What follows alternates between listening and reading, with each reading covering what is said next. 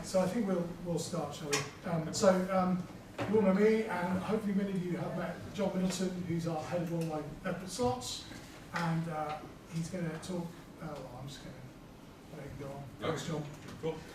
Well, thanks everyone for giving me some time today during the lunch break. I know I'm standing between you and the food, so I appreciate you joining. I wanted to take a little bit of time today to discuss the impact that we're seeing from the current and future capacity challenges at the airports, and what IATA sees as a potential way forward. So this slide here is basically just a quick summary of what I plan to cover today, with some time at the end, of course, for questions if you have. So first off, I don't think I'm going to surprise anybody here by saying that IATA sees serious challenges both today and in the future with respect to airport capacity. IATA and others have been sounding the alarm about the capacity crunch for years, and this message is the same today. For those of you who might have been here last year and heard me speak, you may recall that we spent some time discussing how this challenge is made worse by governments which seem to reflexively turn to capacity cuts as a blunt instrument to solve all sorts of potential problems. Last year in our discussion, there was a big focus on noise and the need to apply the ICAO balanced approach prior to making any cuts, particularly as you saw with Amsterdam, the image on the screen there. But capacity cuts have also been used to address perceived ground infrastructure challenges, environmental issues, and other political concerns. What I'd like to discuss today is, in a sense, a continuation of that discussion. So last year we explained why we oppose capacity cuts, and today we'll consider what sort of positive steps could instead be taken to address this issue. Option A, of course, is always to simply consider infrastructure improvement, build more capacity. But we know that isn't always feasible or politically achievable. So while we're continuing to consider what Plan B, Plan C, etc. may be, put some mood lighting on. We strongly believe that this issue cannot be solved by just continuing to tighten the screws on the airlines, presumably with the ultimate goal of forcing them to divest slots and create artificial churn in the slot pool. That does absolutely nothing to improve capacity and only causes chaos for consumers. Instead, it is necessary for all of the stakeholders to work together to get the most out of our existing capacity, and including, importantly, the airports. And while we hear positive message coming from some of the airport associations, we unfortunately just don't believe that enough is being done from all of the airports on this issue. In the absence of meaningful competition to incentivize the airports to address this crunch, we instead call for changes to the slot guidelines and ultimately to the slot regulations to ensure that this happens. Unfortunately, we just can't rely any longer on just their good graces to hope that they do their part. So with this in mind, today we've also launched our slots white paper to further explain our vision for the future of slot policy, which I'll talk to a bit at the very end of the presentation. So to start off, I'd like to give you just a brief reminder on the basics of airport slots. For those of you who were present at my discussion last year, this will be a bit of a refresher, so apologies. But you see there at the top the definition of an airport slot. As this indicates, these are planning tools. They are issued in advance to help organize the schedule in advance of the actual on-the-day operation. Not every airport, as you probably know, requires airport slots. Only what we call level 3 or highly congested airports are constrained to the point where slots are a necessary planning tool. At a level 2 airport, by contrast, slots aren't needed, but instead voluntary adjustments are made by airlines to enable their schedules to work within the existing capacity. And then the final level, level 1, that is one where airport capacity is sufficient to meet all demand without any sort of change to the schedules. And level 1, of course, actually should be our goal at every airport, but we realize that's not always feasible in reality. So while all the carriers at one of the level 3 airports have to have a slot to operate, it's also important not to confuse these with ATC slots. You probably know that, but just another reminder, ATC slots are the on-the-day operational tool once we move from the planning stage to the operational. Yes, slots. Come on. Sorry, we had no slot. Not at all. Slot yourself in. We had no slot available. Which I think is a space over there. And finally, the reminder that airport slot allocation is managed by independent coordinators in order to provide neutral, non-discriminatory, and fair access. So with that background, let's turn to the potential capacity crunch. As everyone I'm sure knows, air travel demand is projected to just continue to grow. on a steady basis for the foreseeable future. IATA projects a 3.8 year-on-year growth until 2043, which would be an additional 4 billion passengers if you take the baseline projection, the middle blue line on that chart. Unfortunately, however, airport capacity is not keeping up with this potential growth in demand. There's a lot of ways you could look at that, but one way is to track this simply by the number of level 2 and level 3 airports that there are around the world. That's what this chart here shows, and on average there's approximately 9 new level 2 or level 3 airports that are declared each year. In addition, some of the existing level 3 airports that have been level 3 for quite some time are growing more and more congested, to the point where some super saturated airports are nearing effectively 100% capacity throughout the entire day. ACI Europe has recently released some projections. They think that somewhere between 3 to 12% of EU demand will not be able to be met by the airports by 2050, with at least 6 countries in the EU having airports with capacity gaps. And while we do cite Europe here because it's historically the region with the most level 3 airports, we believe that a similar trend would be seen in the other regions as well. In addition to airport capacity, airspace constraints can also compound this issue. We could have an entire discussion on ATM issues, single European sky, et cetera, but suffice it to say that airspace issues only increase the capacity challenge. They can make it impossible for airports to deliver 100% of their theoretical capacity due to an inability for that traffic to be managed once it's actually and finally, sort of as I mentioned at the beginning and mentioned last year, we're seeing an increasing number of environmental or noise-based restrictions on capacity, like we discussed last year with Dublin and Amsterdam. While of course these are important issues that have to be taken into consideration, if the ICAO guidelines of the balanced approach are not followed, we could see unnecessary restrictions on capacity instead of governments addressing these concerns through other means. So ultimately, these airport capacity risks need to be addressed. Not only is there an important financial impact on both the airlines and the airports when demand cannot be met, but more importantly, there's a negative impact on the consumer who will face decreased choice, unoptimized service levels, and potentially higher costs when capacity is insufficient to meet demand. So again, as I said earlier, the most obvious fix is to build more capacity. And that remains an important medium to long-term goal, but we're not under any pretenses that that can be the only approach. We've been calling for infrastructure improvement since well before 2013. In fact, the previous chart, that was the first year on there. But that level 2 and level 3 number of airports only continues to grow. So what else can we do? In reviewing this issue, we have identified 3 key stakeholders who participate in the slot process and whose efforts are vital in making the most of existing capacity. You've got them there on the screen, and this chart basically provides a short summary of the contributions of each of the stakeholders. In the absolute most simple form, at the top box there, the airport has to first declare the capacity so that ultimately the coordinator can allocate that capacity, and finally the airlines operate it. But let's look a little bit closer at that first step on the airport side. In order to properly declare the capacity, the airports first have to do what is called a demand and capacity analysis. This is an in-depth piece of work which takes into consideration all of the various factors impacting capacity, so runway, apron, terminal, immigration control, airspace, et cetera, et cetera. And then matches them against the demand to understand the limitations and the potential bottlenecks you might have in capacity. Once this is done, the airport needs to make a seasonal capacity declaration at the beginning of the winter and the summer season so that the coordinators know what they have available to allocate. And while this in-depth analysis piece doesn't necessarily have to be redone every season, every 6 months, it is critical that the airport at least seasonally take a look at that analysis and consider whether the circumstances at the airport have changed to the point where a new or an updated analysis might be needed.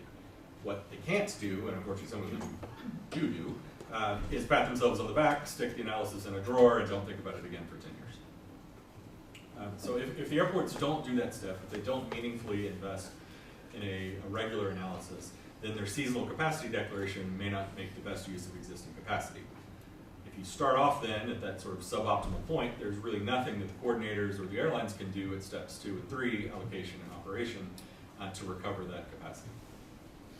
And then the other piece of it, obviously, on the airport side is once you've declared the capacity, you've got to eventually deliver it. It doesn't do any good if you declare that our capacity is X, but in the end, you can't operate all of that capacity because of runway works or unexpected airport staffing shortages or any other particular issue.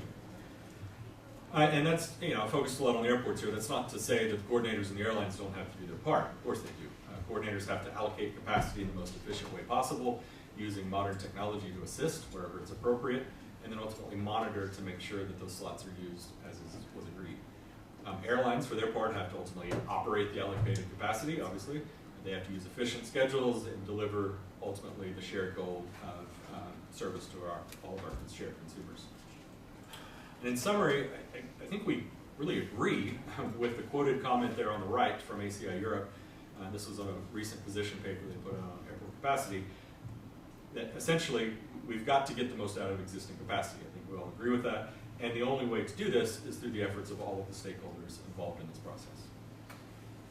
Unfortunately, there's some other quotes in that paper. ACI Europe goes a little bit further than let's all work together, moving from this sort of nominal call for collaboration to what appears to be their true vision at the first bullet, which is total control by the quote masters over which airlines they will permit to enter the airport and to dictate to where they may fly. The second quote there is a factory analogy that was used by the ACI General, ACI Europe, and that's really particularly inapt. Unlike their hypothetical factory owner, the airport managing body is a monopoly provider. The owner may be free, the factory owner may be free to choose to make either shoes or gears or toys or whatever.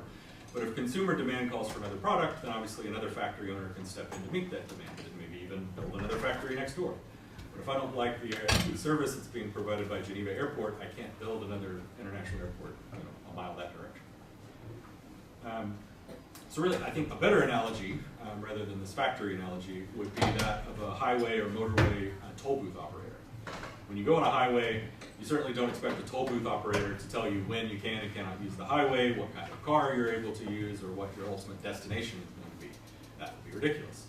And for the same reason, giving monopoly airports that same sort of power would equally be ridiculous.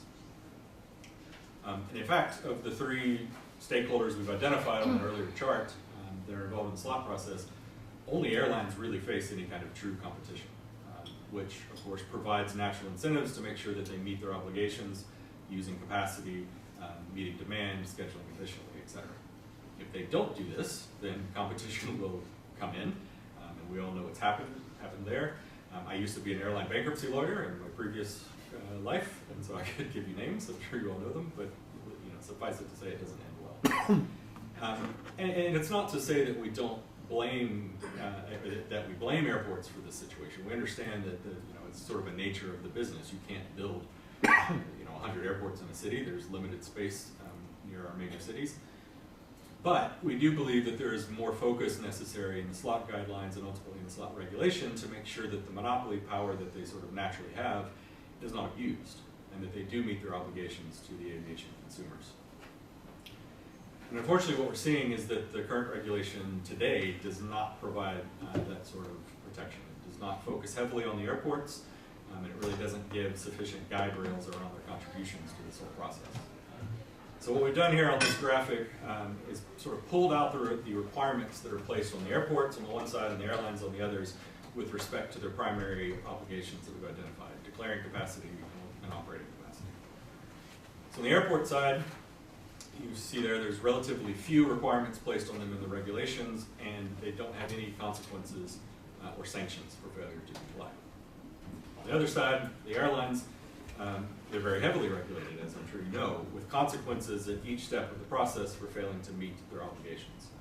You either use your slots or you lose your historic rights. It's the 80-20 rule. You follow the agreed calendar, or if you don't meet the deadlines, then you lose priority for your requests in future seasons. You either avoid slot misuse or you get sanctioned. And on top of the slot regulation itself, obviously, there's a number of other regulations that apply to airlines addressing their obligations to efficiently operate capacity. One example, obviously, is passenger rights legislation. I'm sure you all know that under that regulation, there's all sorts of strict monetary penalties on the airlines who fail to deliver their schedules. But unfortunately, there's not any sort of equivalent recourse for situations in which the airports either fail to initially declare capacity correctly or ultimately fail to deliver that capacity once it's been declared. And just to be clear, I'm not suggesting that airlines don't need to be regulated. On the contrary, the slot requirements that we put on the slide are largely taken from and adopted by our slot guidelines, which the airlines help write along with the airports and coordinators and of course support. But what we are asking for is balance. So on the left here of the slide in the blue box, you see our suggestions for some of the potential requirements that could be added to and addressed in the slot guidelines and then ultimately in slot regulations. Now, I get that that all takes time, right? I mean, the slot guidelines is an industry document, so we need the approval of all three stakeholder groups, and perhaps even more time if you're going to change regulation, then you've got governments involved. We get that. So in the interim, while we're working on this, we call upon the airports to voluntarily meet their obligations in this area. Since the airports have joined our slot board, which is the governance group that controls the slot guidelines, we've agreed on an entire new section or chapter that governs capacity and demand analysis and capacity declaration, or section 6. And this good work was then followed up by ACI World, who put out a very, very helpful guidance document on airport capacity declarations. They've got it on their website. And some airports have been and remain really strong examples in this area. I can name London Heathrow, London Gatwick, for example. They really do a good job on this, and I think they're probably the basis for some of that paper. Unfortunately, however, not all the airports do. Airports fail to regularly update their capacity analysis, or if they do it, then they don't tell anybody about it, and there's no consultation, there's no transparency on the process. They don't timely or in a meaningful manner consult on their seasonal capacity declarations with the airlines and other stakeholders, and they don't quickly respond to or provide sufficient advance notice of temporary issues like capacity reductions due to runway works. IATA and the airlines stand ready to assist the airports in this process where necessary, sharing best practice to help get the most out of existing capacity. Further, on the second point there, it is critical to use existing tools to monitor the capacity declarations, such as the coordination committees. These are consultative forums that are called for, mandated by law in certain countries like the EU and the UK. They're voluntary in some other countries, and they provide a vital opportunity for the airlines, for the coordinator, for other stakeholders to receive, review, and comment on these seasonal capacity declarations to make sure that the airports are actually following the agreed best practices, doing what they say they will. And of course, that requires a bit of work. You've got to have all of this done in advance of the meeting, share it in advance of the meeting, invite all of the airlines with their slot experts, not with their local staff, and ideally do all of this in English so that there can be meaningful consultation by an international community if you're an international airport. But we see that that is a really meaningful tool in the toolbox, so to speak, that exists today, that we don't need to change any rules or regulations to do. So we hope that will continue and grow. And finally, and I know I'm stressing this again from last year, but governments have to comply with international best practice and avoid using capacity reductions as this sort of blunt purpose tool to address perceived noise issues or to tackle political concerns. It's really critical that governments follow the balanced approach, for example, if they're going to make any noise-related capacity reductions. And similarly, we object to any sort of reductions based on what appear to be purely political reasons, like we saw in the past in Mexico City. While all of this is going on, we're going to continue to work to what we're calling for, which is strengthening the obligations on these airports in both the regulations and in the slot guidelines. One of the issues that we're talking about in our community is how do you incentivize airport behavior in the absence of meaningful competition? One option is financial penalties. Obviously, that's used a lot in regulation, but that can be a blunt tool. And it's kind of difficult, honestly, in an environment where there will be a temptation for the airports to simply turn around and charge that back to the airlines through their charges. And so as a result, maybe we need something more creative here. Maybe we need some strengthened governmental oversight to make sure that they're actually doing what they should be doing or otherwise. And to this end, as I mentioned at the beginning, we've worked with the airline community to prepare what we're calling the slots white paper. This includes a lot of topics, not just what we've talked about here today around airport accountability, but also a lot of other items that form our overall vision of the future of slot policy. For example, there's a brief history of the slot process contained in there, as well as a discussion on the economic importance of slots, particularly historic rights, to airline businesses and ultimately to the consumer. So that document has gone live today. We've got the link there on the slide. It's available on our website. Happy to share that directly with you. So if you're interested in this, there's a lot more information there for you to dig through. And as we set out on the white paper, and hopefully I've made clear today, we believe that slot policy is best served when the industry is working together. We've seen good results with the airports rejoining the slot board, the slot governance process, including this development of new sections, as I mentioned, on capacity declarations and another on slot performance monitoring. We look forward to continuing this discussion with our partners, the airports, the coordinators on the slot board, and hopefully to ultimately agreeing to further changes to the slot guidelines to address these concerns that we've raised today. And the other option, if necessary, is to raise the concerns directly with the regulators. Our preference, of course, would be that instead the industry is going to continue to collaborate and compromise to ultimately lead the way forward. So with that, kind of a lot to take in, but happy to stop there and see if you have comments, questions, etc. For us. Can I ask a question a bit off scope here? One of the big issues at the moment, of course, is the supply chain issues, late deliveries of aircraft. Airlines are adjusting their networks. They're even, cutting routes to cope. Is that causing any issues with the slot program? Yes, it is. So there's a concept in the slot world called justified non-utilization slots, which is a big word. We often shorten it to JANUS, but it's in the simplest sense, it's basically if an airline does not operate a flight for a reason that is not within its control, then it should not be counted against the 80/20 usage. And there's a lot of different things that could justify that. CrowdStrike, is one. But yes, the airline delivery problems are definitely one of them. And we've seen some issues with certain coordinators, ACL in particular, who operates or coordinates a lot of airports around the world, being very, very strict on JANUS to the point where they're actually, it always used to be that the 261 extraordinary circumstances was sort of the worst example. Like, we don't want to be confused with that because that's really far too strict. It's now almost flipped the opposite way, where we're getting relief under passenger rights regimes like with CrowdStrike, but not getting JANUS. Why are they being so strict when they must understand that it's not really the airline's fault? It's a great question. I'm not sure I have an answer. It's something we liaise with them all the time. I have a regular meeting with them in the slot conference every year.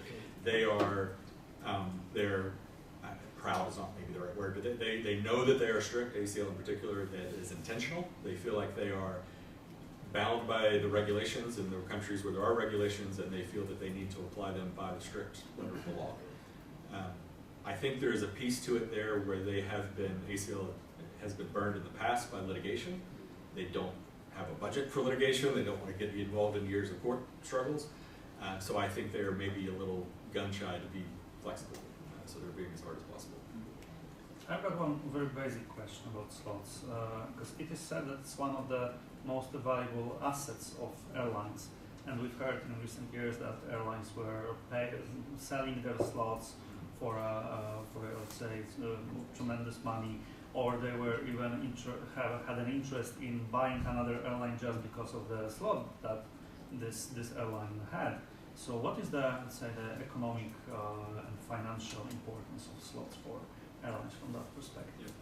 It's interesting because, at certain, very few airports, Heathrow is probably the prime example, then yes, there is secondary trading is what we call, and slots can have a pretty high dollar value. That is a symptom of the fact that Heathrow and a few other airports have gotten to the point where they are essentially completely full. You cannot get in.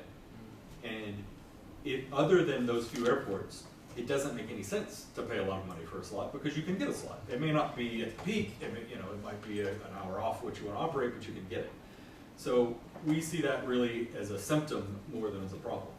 We do support secondary trading as sort of a last resort. If you get to that stage, then there's really not much else that can be done. So we understand why it happens. But our vision would be that through efforts like I've talked about here with airport capacity, that we can try to avoid having those chock full airports, and then there just frankly won't be a market for it. So there won't be any need for it.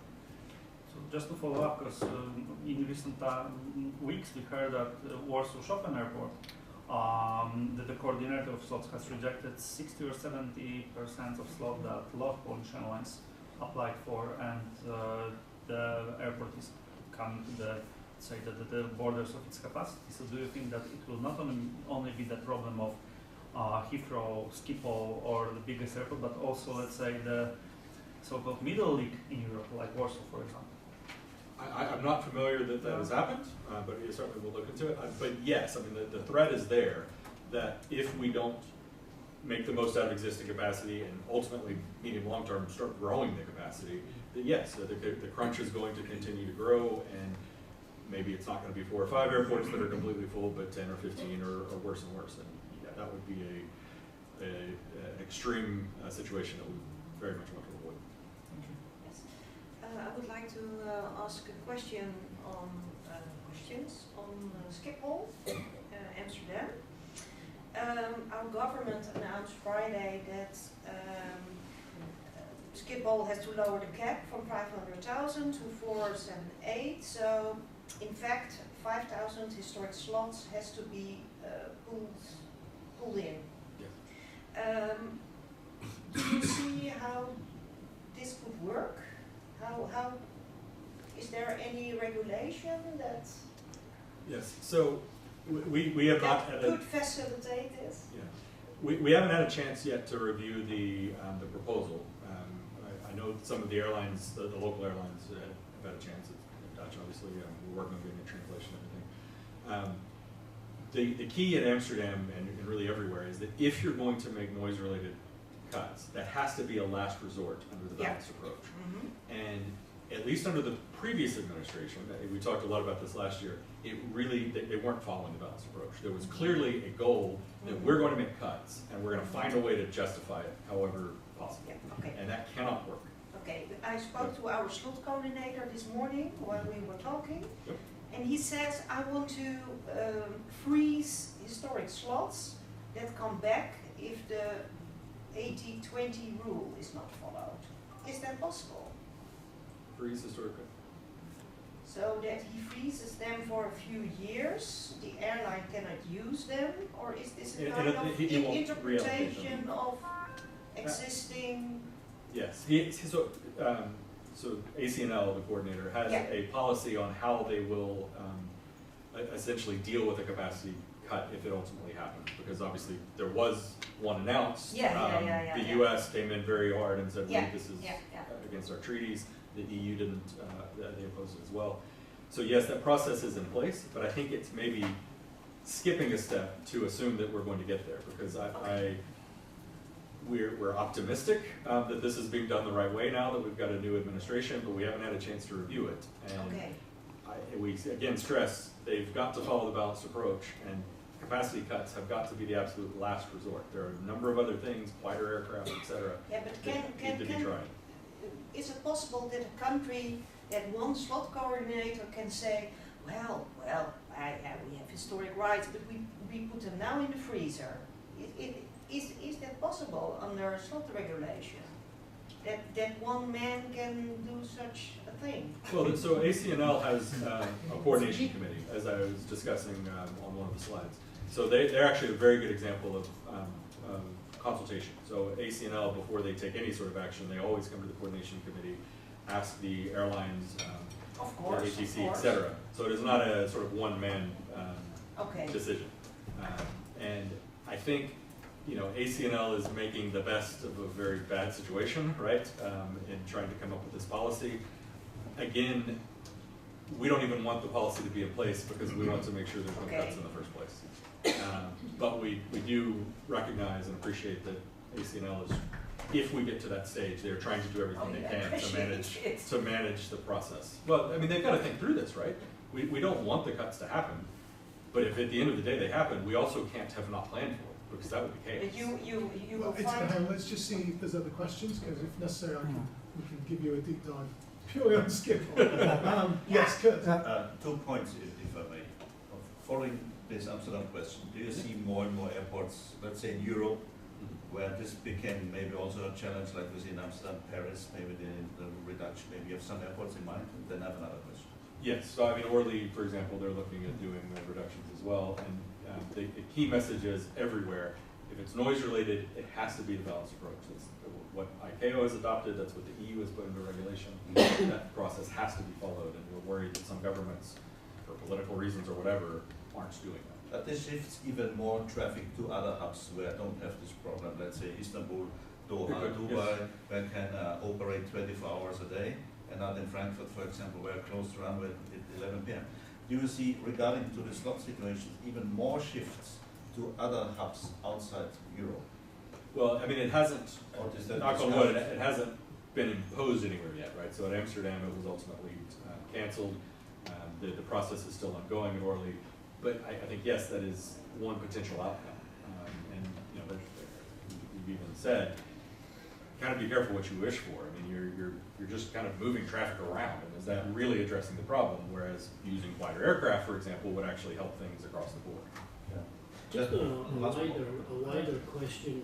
Sorry, Tom, can I just let Andreas ask one and then I'll come back to you, Tom? John, as far as labor constraints are concerned, especially for airports, have you observed and experienced any consequences in slot capacity constraints due to the bottleneck of labor at airports?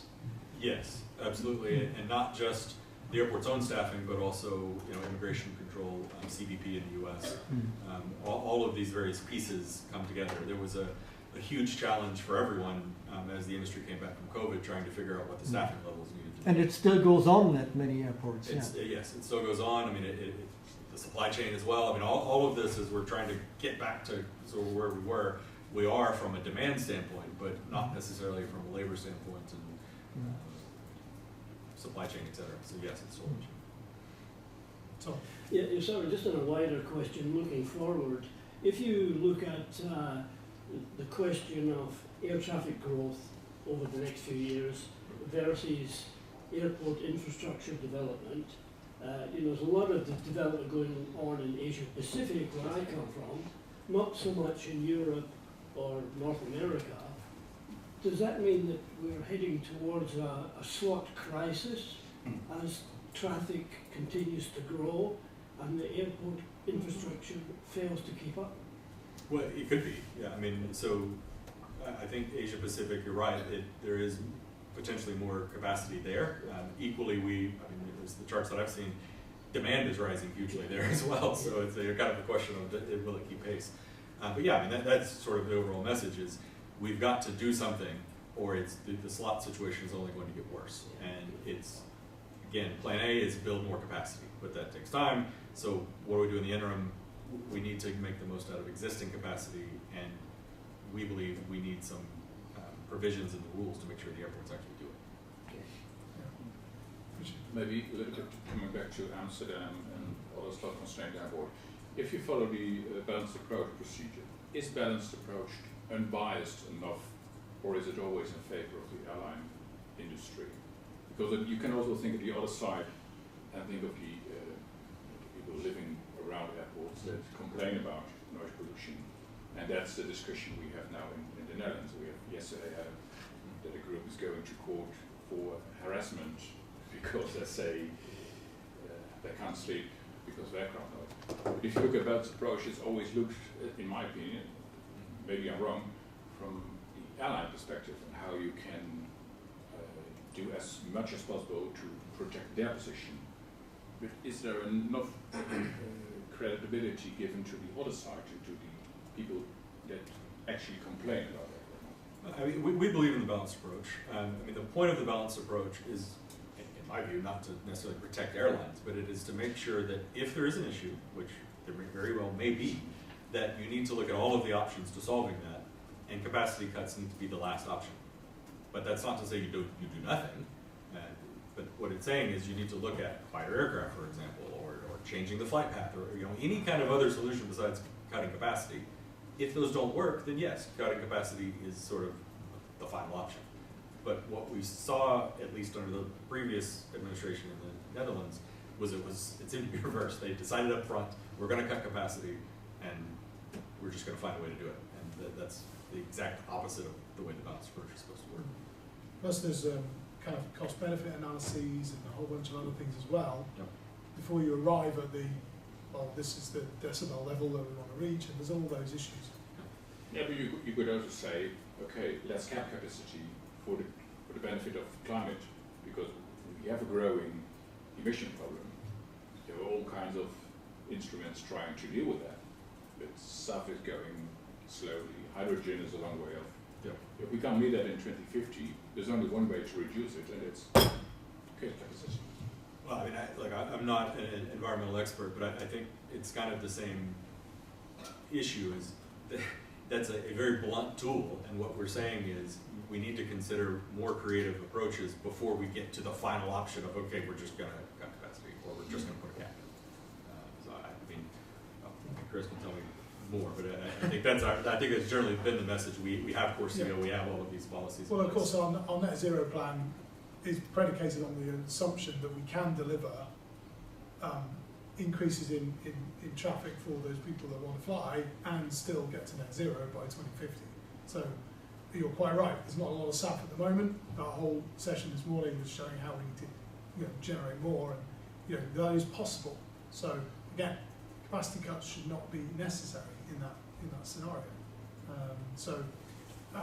And I think the other point about balance is you've got to balance the needs of the very local community next to the airport with the much wider community that gain from the development of an airport and the benefits that those bring. So you heard all the value of aviation material that was presented this morning.